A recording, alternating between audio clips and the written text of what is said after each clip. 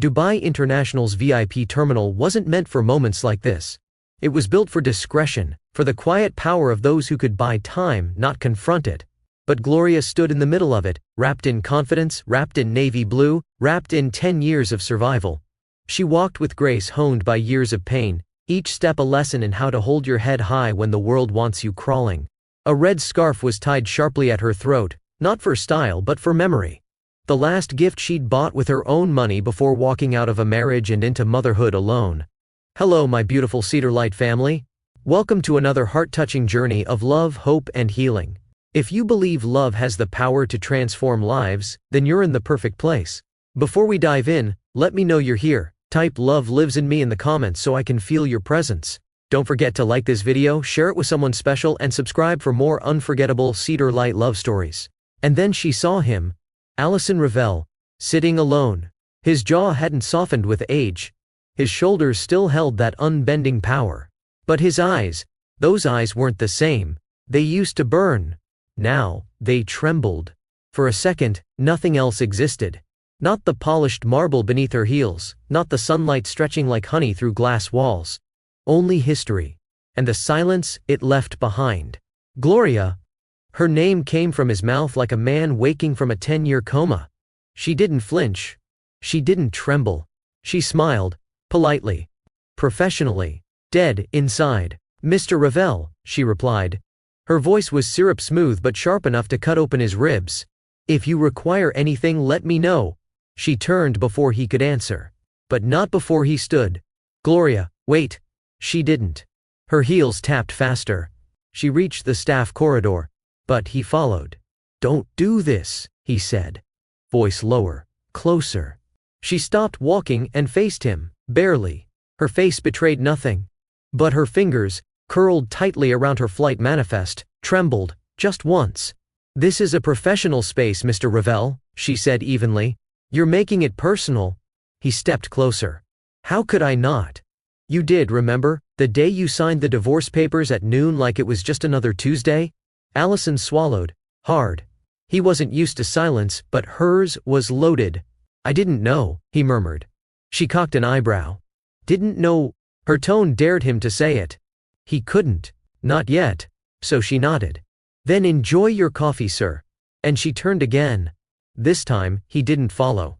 He just stood there, staring at the back of the woman he once loved, and the ghost of the family he threw away.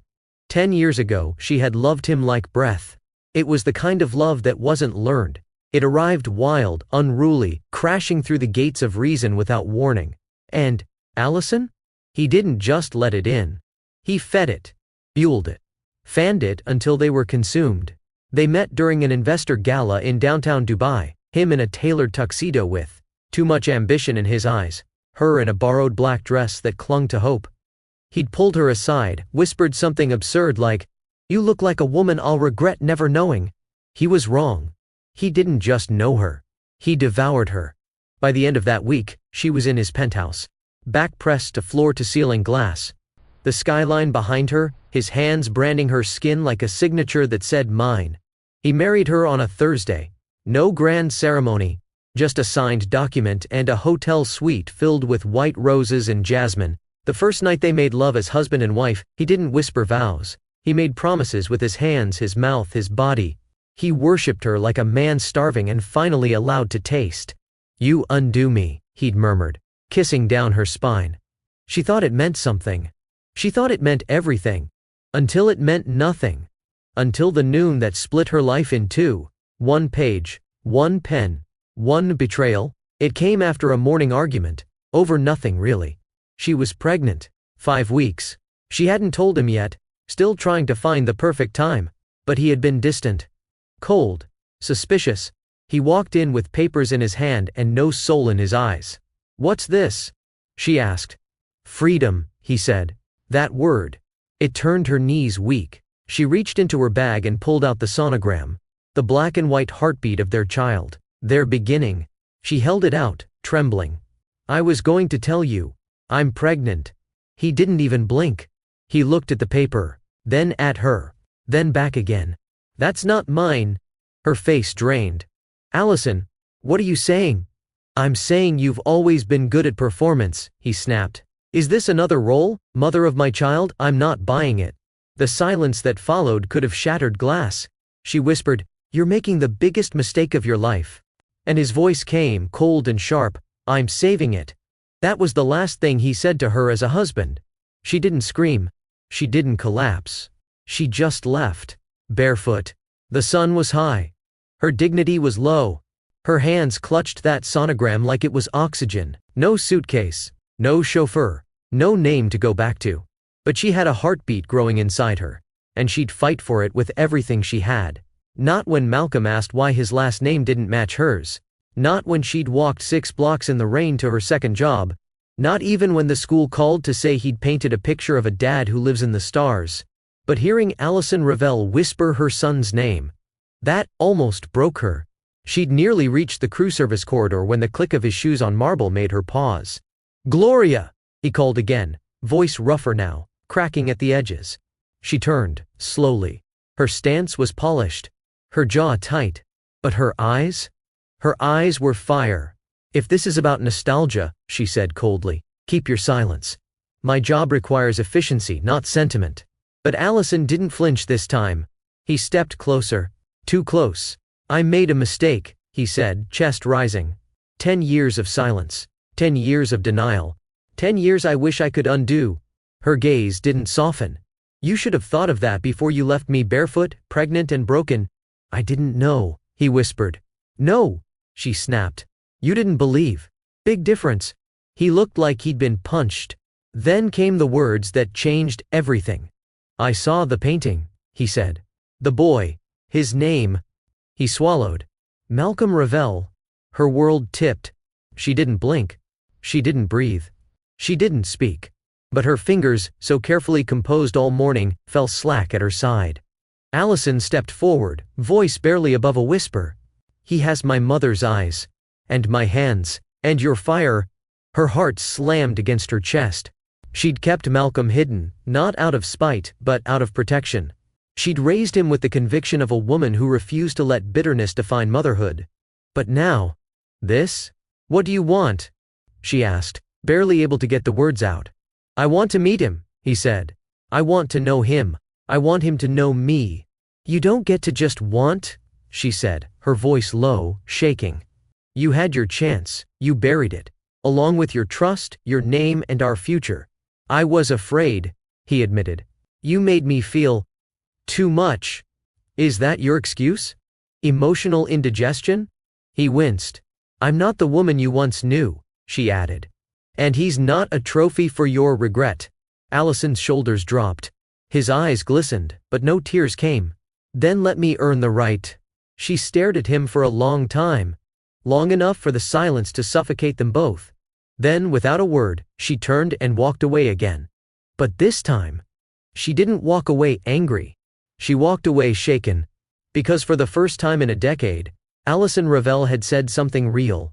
The knock on her hotel door came at 11:47 p.m. Gloria had just stepped out of the shower, a towel wrapped tight around her chest, damp strands of hair falling over her shoulders. The suite smelled of orange blossom and steam. The city below sparkled like 1,000 broken promises. She didn't ask who it was. She already knew. For 10 minutes, she'd stared at her phone, unread messages glowing from Allison's number. "Just 4 words, please. Just 5 minutes." She opened the door. There he stood. No suit. No mask. No armor. Just a man in a black shirt, sleeves rolled to his elbows, silence draped across his shoulders like a burden he couldn't name. Gloria didn't invite him in. She didn't have to. He walked through the threshold like it was sacred ground, like stepping into her. Space meant stepping into something he'd once destroyed with his own hands. The door clicked shut behind him. Still, no words. She turned her back to him, walking slowly to the vanity. Her towel still clung to her body. She didn't hide herself. Not from him. Not anymore. She reached for a bottle of body oil, her fingers slightly trembling as she unscrewed the cap. Behind her she heard his voice. Soft, rough, aching. "I missed you." She didn't respond. Not with words. She set the bottle down. The silence between them pulsed, heavy, humming, undeniable. Then she turned. And their eyes locked. She didn't walk to him. She charged. In a flash, her hands were in his shirt, yanking at the buttons until they gave way, scattering like regrets across the floor. Her mouth met his with a hunger 10 years in the making. It wasn't sweet. It wasn't slow. It was war. Allison kissed her like a man drowning. Like the only oxygen left in the world, lived between her lips.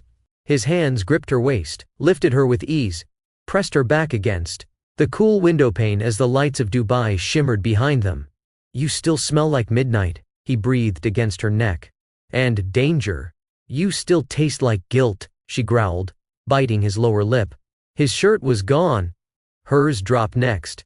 Their skin met, hot, aching, familiar. He carried her to the bed, the same way he once did in another life, in another room, on another night when they were whole. But this time, they weren't the same. This time, the passion came with punishment. Her nails scratched down his back, not from lust, but from memory. His lips trailed fire along her collarbone, not from desire, but from apology. She moaned. He gasped. They tangled. They clashed. They collided like storms that remembered how to destroy each other and didn't care. When he whispered, "Tell me to stop," she didn't answer. She just pulled him deeper. That night, they didn't make love. They made war. They made history.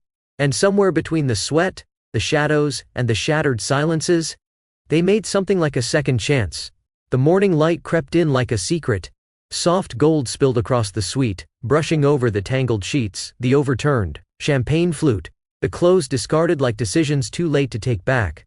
Gloria stood barefoot on the balcony, a hotel robe loosely tied at her waist, her hands wrapped around a cup of mint tea she hadn't sipped. The scent of jasmine wafted from a planter box nearby, mixing with the hush of traffic below. She didn't look back when she heard him stir, but she felt it. Allison's presence filled the room again, slow, careful steps across plush carpet, the same way he used to walk after long nights when their world was still whole. He stood behind her now, shirtless, quiet. "I want to see him," he said softly. The steam from her cup drifted higher. Her fingers tightened. "Malcolm," he continued. "I want to know him. I want to be there." Gloria didn't turn. "You lost that right the day you made me leave." His voice stayed low. "I was afraid." She let out a sharp laugh. "No. You were cruel."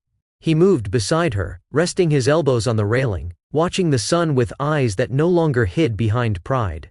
"I thought you'd disappear," he admitted. "I never imagined you'd build something without me, let alone raise him into someone I've only seen in my dreams." Gloria finally turned to him.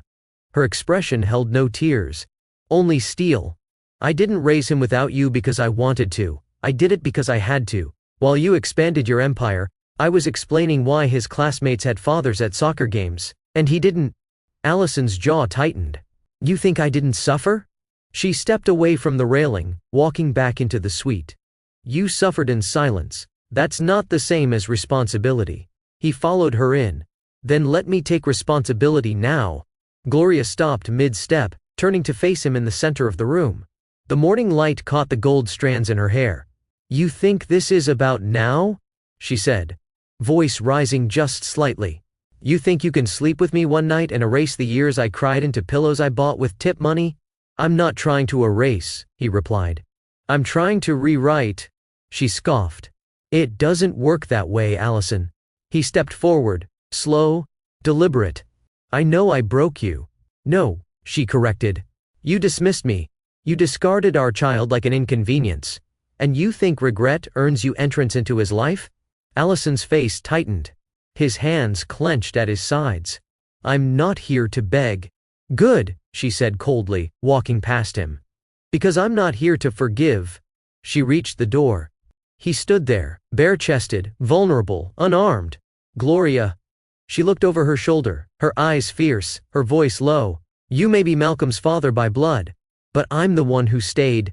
And with that, she left, leaving him alone, stripped of excuses, wrapped in nothing but silence and consequence. Allison hadn't set foot in an art gallery since college, but here he was, standing beneath arched ceilings, surrounded by quiet murmurs and the gentle echo of shoes on polished floors. Dubai's cultural district had always been a place for visionaries. Today, it was where he came seeking truth and redemption. The gallery assistant had told him, You'll find his piece in the East Wing. The boy's quite the talent." He didn't know what to expect. What he didn't expect was to see a 10-year-old standing confidently beside a canvas almost as tall as himself. Almond skin, sharp cheekbones, hair swept back in a familiar wave. Allison stopped in his tracks. The painting was an explosion of sky, bold blues, streaks of sunlight, and a pair of crimson wings arching toward the horizon. In the bottom corner, scrawled in large red crayon letters, were the words, "My mom is my wings. Malcolm." Something inside Allison shattered. He stepped forward slowly, as if too much movement might wake him from a dream. The boy turned, sensing someone behind him. Their eyes met. And in that moment, Allison knew. This was his son. The same jawline.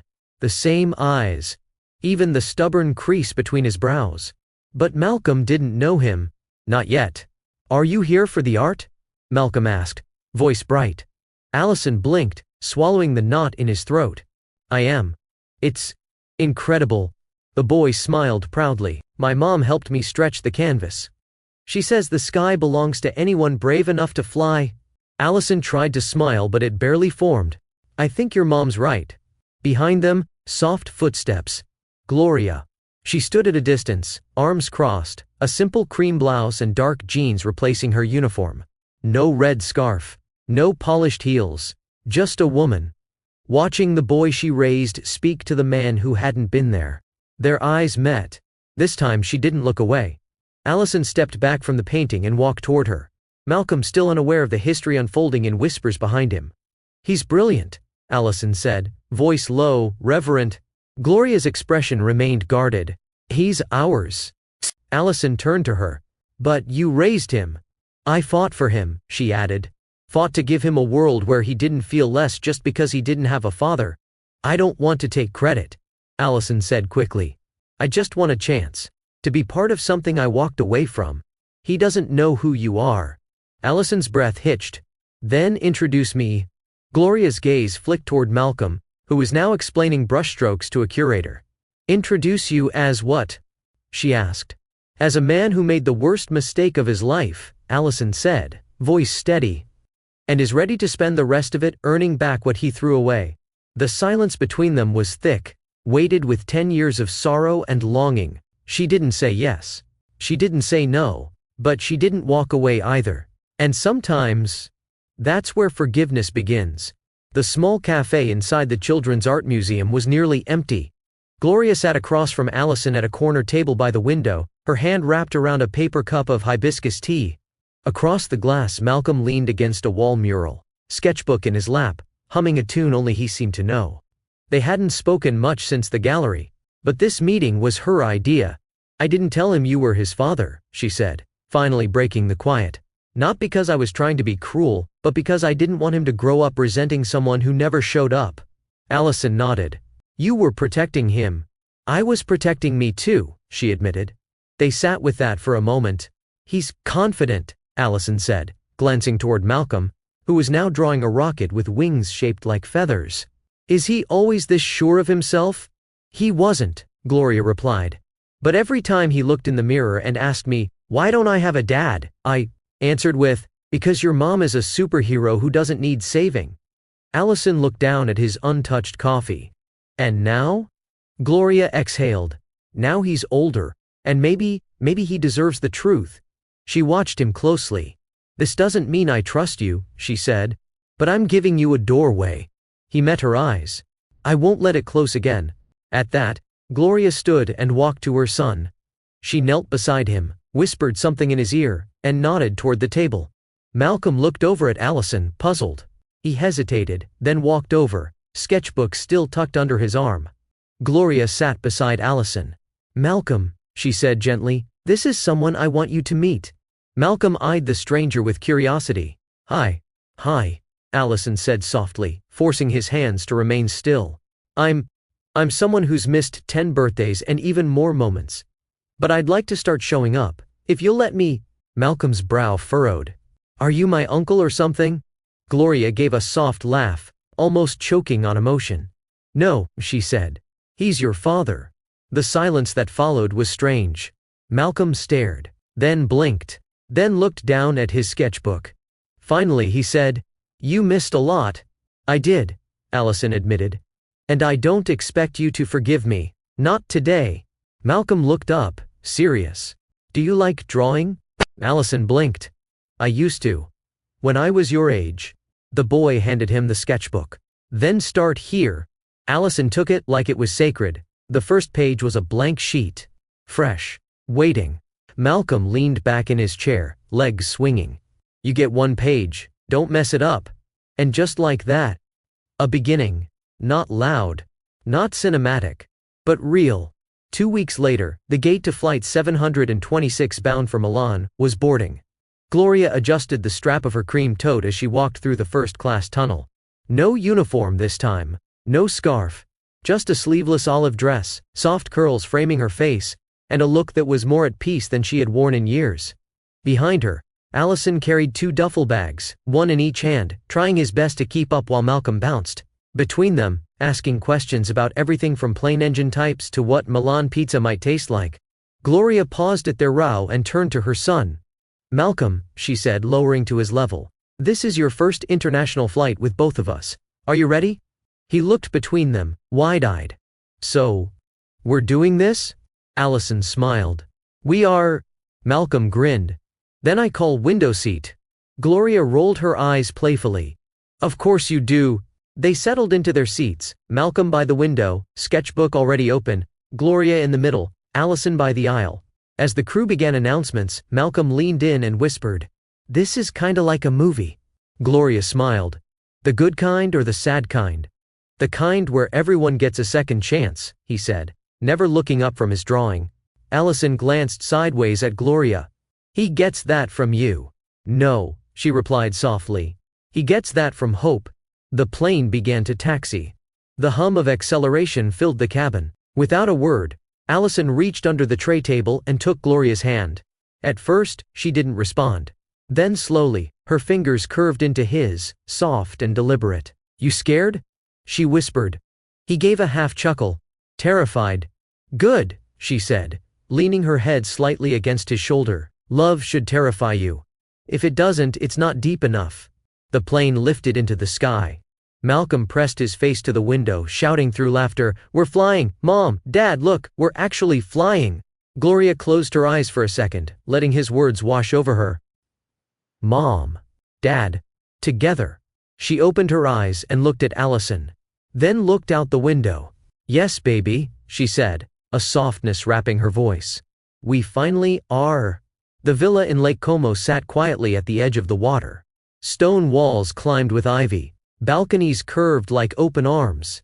Bougainvillea spilled over railings in pinks and reds that danced with the wind. Inside, Gloria stood at the terrace, barefoot, a glass of peach juice in one hand and the scent of lavender drifting in from the garden. From the study down the hall, laughter echoed. Malcolm's, followed by Allison's. She closed her eyes and breathed it in. It hadn't been easy.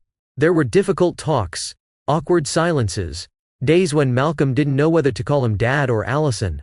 But step by step, they built something. Allison took Malcolm to his first international art camp. He attended parent-teacher conferences. He sat on the floor with crayons, coloring beside a boy who didn't need a perfect father, just a present one. And Gloria? She stopped flinching when the doorbell rang. She stopped bracing herself for abandonment. She let the past stay behind her, like a country she no longer lived in. That morning, Malcolm had placed a small canvas on the breakfast table. It was a painting of 3 silhouettes flying over a blue sea, hand in hand. Underneath, in bold strokes, it read, "Sometimes the broken wings still fly." Gloria had nearly cried. Allison had just reached for her hand and whispered, "He's got your bravery." Now, footsteps approached from behind. "You always stare at the water when you're thinking," Allison said, slipping his arms around her waist. "And you always sneak up when I need space," she teased. He kissed the side of her neck. "You married me once. Do it again." She turned in his arms. "Not yet," she said softly. "Let's build something stronger first." His lips curved into a smile. "Then let me build. Every day." Gloria nodded, touching his cheek.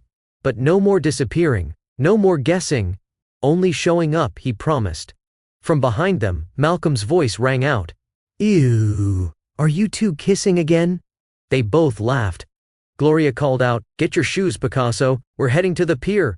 Allison chuckled, watching his son sprint across the hallway with his backpack bouncing behind him. As the sun dipped low behind the mountains, the three of them walked, hand in hand down the cobbled path, no longer a couple torn apart, but a family, rebuilt, redefined, redeemed. My beloved Cedar Light family. If this story touched your heart, if you believe love can heal, even after time tries to erase it, type reunion in the comments. Tell us below, would you take someone back after a decade of silence? If they finally showed up changed? Like, subscribe, share, and let someone else know that forgiveness isn't weakness, it's strength in motion. We love you. And we're grateful you're part of this storytelling journey. See you in the next one.